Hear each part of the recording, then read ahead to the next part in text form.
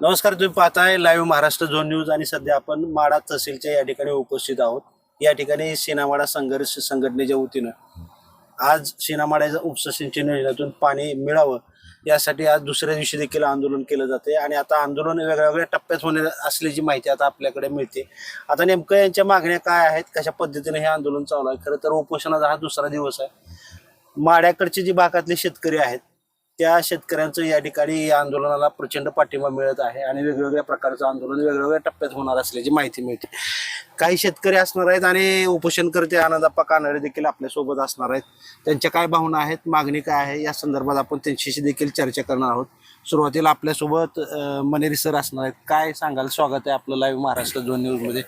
काय नेमकं शेतकऱ्यांवरती पाण्यासाठी संघर्ष करण्याची वेळ आली, आता कसं बघता याच्याकडे? मुळात या ज्या काही योजनेचं नाव जे आहे ते सीनामाडा योजना आहे. आणि दुर्दैवाने असं म्हणावं लागेल की माडा नाव कशासाठी दिलं हे आमच्या शेतकरी बांधवांना आजपर्यंत काय समजेना. कारण गेल्या 20 वर्षाहून जास्त ही योजना सुरू झाली, 22 वर्ष झाली योजनेला. पण असं पिरियडिकली म्हणजे काही कालानंतर ज्यावेळी पावसाची परिस्थिती नसते तर त्यावेळी प्रचंड असं नुकसान होतं, प्रचंड अडचणी येतात पाण्याला. आणि शासन म्हणा किंवा प्रशासन जे आहे प्लस या भागातील जे काय राजकारण चालतं ते या पाण्यावरच चालतंय. आणि त्या राजकारणामुळं असा माझं ठाम म्हणणं आहे की त्या राजकारणामुळं आमचा शेतकरी 50 वर्ष मागे गेलेला आहे. गेल्या 10-15 वर्षाचा विचार केला असता आज ही आमचा संघर्ष जो चाललाय तो गुरांच्या जनावरांच्या पाण्यासाठी आणि पिण्याच्या पाण्यासाठी चाललाय.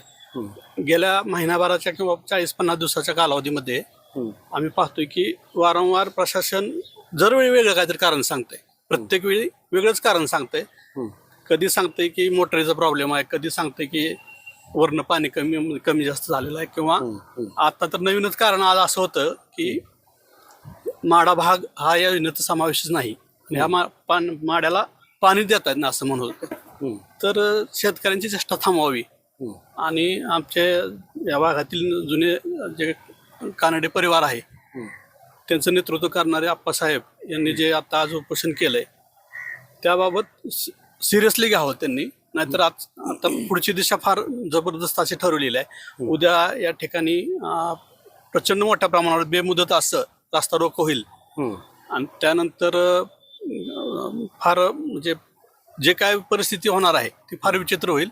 तर माझं आपल्या माध्यमातून प्रशासनाला आणि राजकीय पदाधिकाऱ्यांना पण असं म्हणणं आहे की त्यांनी हे गोष्ट सिरियसली घ्यावं आणि शेतकऱ्यांचा आमचा प्रश्न मिटवावा. आणि कॅनलचा दर्जा द्यायसाठी जे काय आहे प्रोसिजर ती युद्ध पातळीवर करावी. कॅनलचा दर्जा मनकरला दिला, ओढ्याला दर्जा द्यावा, कायमस्वरूपी प्रश्न मिटवावा. शेतकरी आनंद राहील तर सर्व आनंद राहतील. आपला कृषीप्रधान देश आहे, सिरियसली घ्यावं प्रशासनाने. मुद्दा अतिशय एक महत्वाचा त्यांनी मानलेला आहे. राजकारणाच्या बाबतीत आता ह्यांच्याकडे मी आनंदप्पाकडे येणारच आहे. राजकीय हस्तक्षेप यामध्ये होतोय, तुमची काय भूमिका आहे? नेमकं तशा पद्धतीनं होतंय का? राजकीय हस्तक्षेप ह्यात होतोय. श्रेयवादावर हे चाललेलं आहे. श्रेयवादात सगळेच मी पाणी सोडलं, मी योजना राबवतो, आजपर्यंत आम्हीच योजना राबवली असं होते. पण त्यात शेतकरी भरला जातो. महत्वाचं म्हणजे काय माहिती आहे, शेतकऱ्यांना त्रास होतो. आजपर्यंत सीनामाडा योजना आहे, आजपर्यंत 22 वर्ष झाली योजना चालू होऊन माड्याला फक्त 3 वेळा पाणी आलंय. फक्त 3 वेळा पाणी आलंय. आणि 3 वेळा पाणी असं आलं की कायम प्रत्येक वेळा संघर्ष करावा लागतो. माड्याच्या लोकांना कायम संघर्ष करावा लागतो. आम्ही 30 तारखेला निवेदन दिलं, 30/7 निवेदन दिलं होतं की ह्या योजना सीनामाडा योजनेतून आम्हाला चिंचोलीवरून पाणी भांगी वस्तीपर्यंत द्यावं. आणि दुसरं महत्वाचं म्हणजे आम्हाला उपळ्याकडे बी पाणी द्यावं. तिकडे आम्ही देऊ नका म्हणत नाही. पण दुसरं असं महत्व आहे की मनकर्णा वड्याला आम्ही गेल्या वेळेला आमसभा होती आमदार सभेची, त्यावेळेला मनकर्णा नदी आहे, ते वडा नाही नदीला कॅनल दर्जा द्यावा. कॅनल दर्जा दिला तर मग असं आम्हाला बसायची गरजच नाही ना. ज्यावेळेला कॅनल पाणी येईल त्यावेळेला कॅनल काय ह्याचे प्रमाण आवर्तन प्रमाण आम्हाला पाणी मिळेल, गरजेचं आहे. कारण सिंचनाखाली भाग आला पाहिजे, भाग आला पाहिजे. म्हणजे ही ह्याच्यापासून भूताष्टेपासून असं हे परत हे उपळाई, विठ्ठलवाडी, लोंडेवाडी, माडा ह्या भागात सिंचनाची व्यवस्था अजून सुद्धा नाही. पाणी अजून सुद्धा नाही. पाईपच्या आतून पाईप हे करून ठेवलेत एका ठिकाणी चार PDM system. त्याचा काय उपयोग नाही, शेतकऱ्याला त्याचा काय उपयोग होत नाही. असं पाणी आम्हाला कॅनल जर दिलं ना, मनकर वाड्याला कॅनल जर दिला आणि बेंद ओढा आहे तिथून एक बेंद ओढा, त्याला कॅनल दिला तर सर्व क्षेत्र आम्हाला हे सिंचनाखाली, सर्व क्षेत्र माड्याखाली जवळ सिंचनाखाली येईल. काय होतंय, हिचं कोरडवाहू शेतकरी आहे, ह्या भागात कोरडवाहू शेतकरी आहे आणि बाहेरचा मजूर जो जातो इथून, मजूर जातो आम्हाला भागात इथं उंदरगाव म्हणा, इकडं म्हणा, तिथलं शेतकऱ्यांना तो रोजगार आम्हाला इथं द्यावा लागतो. आणि पूर्ण कोरडवाहू आहे इथं, पूर्ण हा माडा उपळाई भाग सगळा पूर्ण कोरडा, 22 सगळा पूर्ण कोरडा, तिकडं अरणच्या बाजूला पूर्ण कोरडा, इकडं पाणी आलेलं नाही. मग हे जे आहे ना, पहिल्यांदा स्टँडिंग आता आमदार आहेत, खासदार आहेत, अजून कोणाला वाटतं किंवा आमदार हो वाटेल त्यांनी ह्या मुद्द्यावर आपली प्रतिक्रिया दिली पाहिजे. बाबा हा मुद्दा जो आजपर्यंत पाण्यापासून वंचित आहे, का वंचित आहे, तिकडं आणा ना फंड, तुम्ही फंड तिकडं आणा, त्या ठिकाणी शेतकऱ्याचा विकास झाला पाहिजे. शेतकरी जर जगला तरच सर्व काही जगणार आहे. आणि शेतकऱ्याची अशी परिस्थिती आहे की शेतकरी स्वतःहून ही मागायला, मला जीवदान देऊ नका, मला हे करा, असं म्हणजे शेतकरी अशी कंडिशन आहे. आणि ज्याप्रमाणे माहिती मिळते त्याप्रमाणे 2 वर्ष पाऊस नाही. आमचं महत्वाचं मागणं काय माहिती आहे काय, मनकरना वड्यात पाणी सोडावं, नदीत पाणी सोडावं, पिण्यासाठी सोडा म्हणतोय आम्ही, शेतीसाठी सोडा म्हणत नाही सध्या, पिण्यासाठी सोडावं. पिण्यासाठी सोडलं तर पूर्ण चिंचोली पासून ते म्हातपूर पासून 8 ते 9 गावाच्या पाणी पुरवठा योजना आहेत त्या ठिकाणी. आणि पाणी जर सोडलं तर 1 वर्षभर पिण्याच्या पाण्याचा प्रॉब्लेम संपणार आहे. नाही, सध्या तुम्ही म्हणताय की ही सगळी राजकीय होते, पण दुसरीकडं काही गावांना पाणी सोडलं जातंय, किंवा मग आता तुमच्या भागाला माडा असेल, चिंचोली भाग असेल, गेल्या पाळीत पाणी दिलं असं देखील बोललं जातंय. मग नेमकं हा वाद कोण लावण्याचा प्रयत्न करत आहे असं तुम्हाला वाटतंय? नाही, वाद हे अधिकारी लावतात. आता चालूच उदाहरण घेतो साहेब, आम्ही 30 तारखेला आंदोलन केलं, एक तारखेला पाणी आम्ही नांदबाजी आमच्या तळ्यात पाणी आलं, 2-3 तारखेला पाणी बंद झालं साहेब, बंद झालं. मोटरीचा प्रॉब्लेम असेल, त्यांचा तांत्रिक प्रॉब्लेम असेल, आम्ही मान्य केला. आम्हाला त्यावेळेला 30 तारखेला त्यांनी काय दिलं, 17 तारखेपर्यंत आम्ही तुम्हाला पाणी सोडतो माडा भागात. वरची पवार साहेब आले, तहसीलदार साहेब होते आणि तुंबळ साहेब, त्यांनी सांगितले 17 तारखेला आम्ही माडा भागात चिंचोली मार्गे पाणी सोडतो तुम्हाला, ह्याला नदीला, मनकर नदीला. त्यावेळेला सोडतो म्हणले पाणी. आज तर पाणी त्यांनी सोडलं नाही. परवा 1-2 दिवसाखाली पाणी आम्हाला सोडलं म्हणजे लोकांनी आणलं माझ्या माहितीप्रमाणे. चिंचोली मार्गे पाणी रस्त्याला एक बंधारा भरलाय. त्यावेळेला आम्ही उपोषण काल धरणार म्हणलं की पाणी काल परवा संध्याकाळी बंद झालं. मग हे अधिकारी लोकांचं खेळ करतात. अधिकाऱ्याचं मत काय माहिती आहे काय, आता काल सकाळी एक जणांनी फोन केला होता पवार साहेबाला. अधिकारी काय म्हणतात माहिती आहे काय, माझ्याकडे 5 फळं आहेत पण 15 जण मागतात. मान्य आहे ना, 5 फळं आहेत 15 जण मागतात ना, पण तुम्ही 1 पासून 15 पर्यंत या ना, 1 पासून 15 पर्यंत पाणी सोडत झालंच नाही आता, नाही झालं ना, आजपर्यंत झालं नाही. अधिकारी काय, माझ्या माहितीपर्यंत त्या अधिकाऱ्याला काय कसं पाणी तिकडे सोडते त्या हा म्हणजे खोलारचा विषय आहे. नाही, हा संशोधनाचा विषय नाही, संशोधनाचा विषय आहे. मग त्यामध्ये कालवा निरीक्षक असतील, पाटकरी असतील आणि ह्यातले काय अधिकारी असतील, हा सगळा संशोधन 100%. त्यामुळं शेतकऱ्याची अडचण होती. शेतकरी सध्या मेटाकुटीला शेतकऱ्याला नेमकं काय करावं काय नाही, कारण हक्काचं पाणी आहे, माड्याचं हक्काचे पाणी आहे. या योजनेला शिनामाडा नाव आहे. ही योजना विनायकराव पाटलांनी माड्याकडच्या 14 भागासाठी केली होती.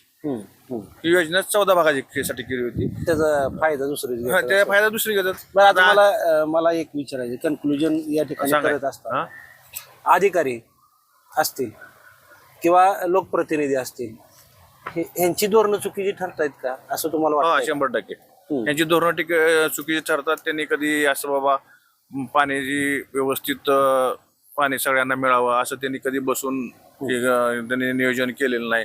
माझ्या माहितीप्रमाणे नियोजन त्यांनी केलेलं नाही, आणि केलं तर अधिकारी लोक ते त्या पद्धतीने राबवत नाहीत. माड्यातला हा विषय आता फक्त एका गावापुरता राहिलेला नाही. माडाच्या ह्याच्यावरती योजनेवरती जे अवलंबून शेतकरी आहेत आता दरवर्षी आपण बघतो की ह्याच्यावरून आंदोलन होतात, प्रसंगी वादावादी होतात, गुन्हे दाखल करणे इथपर्यंत पाळी येते. मग आता हे सगळं प्रकरण मिटवण्यासाठी आणि पाण्याचं समान वाटप जो काय नियम आहे टेल टू हेड हा वापरण्यासाठी आता जे श्रेयवाद करतायत किंवा करत राहतील हे सगळे एकत्रित मंडळ येतील का? म्हणजे लोकप्रतिनिधी असतील, आजी माझे प्रतिनिधी असतील आणि अधिकाऱ्यांनी एकत्रित आल्यानंतर हा सगळा प्रश्न मार्गी लागेल असं तुम्हाला वाटतंय का? ह्या सगळ्या जे राजकीय म्हणजे ह्यांची श्रेयवादाचं चालू आहे ना त्यांनी एक ठिकाणी बसावं आणि ही योजना पूरक नाही म्हणजे पुरणारी योजना नाही. नवीन योजना, नवीन मोटरी, आता 1500 HP मोटरी आहेत, त्यांनी 3000 HP मोटरी बसाव्या, नवीन पाईपलाईन इकडं आणावे, असे विभाग करावे तरच पुढं ही व्यवस्थित योजना चालणार आहे. नाही तर हाय सिस्टीममध्ये योजना चालणार नाही. पाईप आता तुम्ही सोलापूरचे बघितले तर किती वर्षाची पाईपलाईन आहे, त्यांना काय सुद्धा नाही. आता हे पाईपलाईन बघितले तर सरसे असे उभे चिरतात पाईप, म्हणजे किती निष्कृत त्याचं काम आहे. ह्या सगळ्या प्रतिनिधी, आजी माझे प्रतिनिधी आणि प्रशासकीय अधिकारी यांनी एकत्रित यावं, यावरती पर्याय काढावा. आणि दुसरी गोष्ट शासनाकडे ह्या ज्या काय आता पाईप आहेत, मोटरी आहेत, त्याची बदलण्याची बदलण्याची मागणी करावी. आता 22 वर्ष झाले. आता शेतकऱ्याचं जर सांगायचं म्हणलं तर शेतकरी 4-5 वर्ष मोटर वापरतो, त्यानंतर त्याचं बिरिंग जाती, बुशिंग जाती, त्याला काय तर पडलेलं असतं, हे बघत नाहीत ना, हे बघत नाहीत. आणि योजना ज्यावेळेला पाणी येतं त्यावेळेस हे ह्यांचं चालू होतं की कुठं पाईपलाईन फुटली, 68 TMC पाणी गेलं ना. मग हे अगोदर उन्हाळ्याच्या अगोदर काही काळजी घेतली पाहिजे ना. आणि पैसे तर खर्च होतात, यात पण हा पैसे खर्च होण्याचा विषय. एक मला सांगा, आता शेवटी आंदोलनाची दिशा काय असेल, पुढील दिशा काय? आता आंदोलनाची दिशा, आज आम्ही उपोषणाला बसलोय, अधिकारी आमच्याकडे येऊन गेले. आता इथून तीव्र आंदोलन आम्ही करणार आहे. सरांनी सांगितले पण सगळ्यांचं आज ठरलं की उद्या शिवाजी चौकात रास्ता रोको आंदोलन करणार आहे. आणि रास्ता रोको आंदोलन करून परत उद्यापासून आम्ही जनावर वगैरे तहसील कार्यालयात आणून बांधणार आहे. शेतकरी जनावर त्यांना वैरण नाही, काय नाही, असं प्रॉब्लेम झालाय.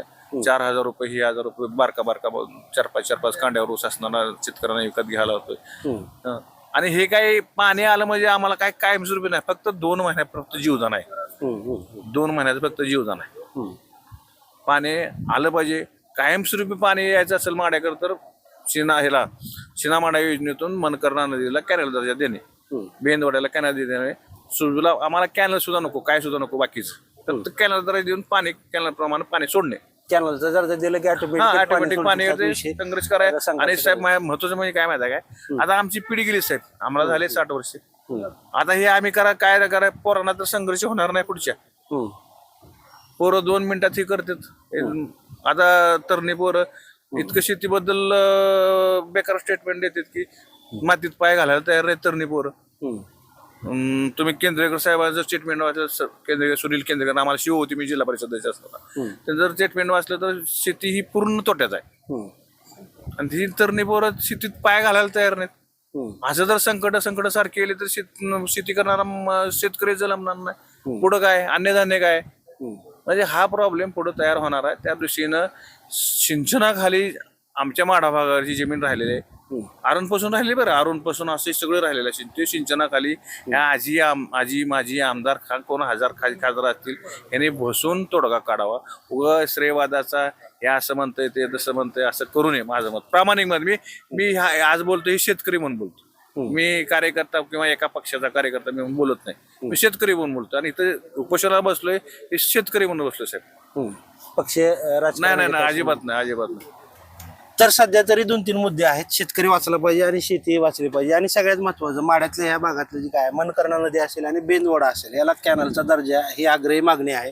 आणि पाणी सोडण्यात यावं अशी देखील मागणी आहे. आणि एक महत्वाचा आजचा मुद्दा अधोरेखित आहे की कधी नव्हे तो माड्यातला शेतकरी एक जागा झालेला आहे. आणि दुसरी गोष्ट, एकत्रितपणे लोकप्रतिनिधी असतील, आजी माझे प्रतिनिधी असतील किंवा प्रशासन असेल यांनी एकत्रित यावं आणि सगळं हे काही टाइम टेबल असेल पाण्याचं वगैरे किंवा नियोजन असेल शेणामाडाचं असेल किंवा इतर योजनाच्या उजनीवरती आहेत त्यावरती एक ठोस निर्णय घ्यावा, तरच पाण्याची जी काय अडचण आहे किंवा हे योजना आहेत त्या व्यवस्थित चालतील.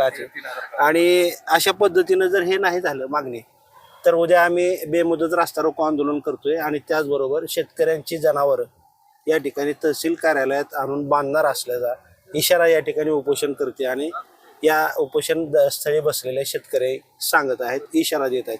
कॅमेरा पर्सन समीर मुलानीसह मी रमेश शिरसट, माडा.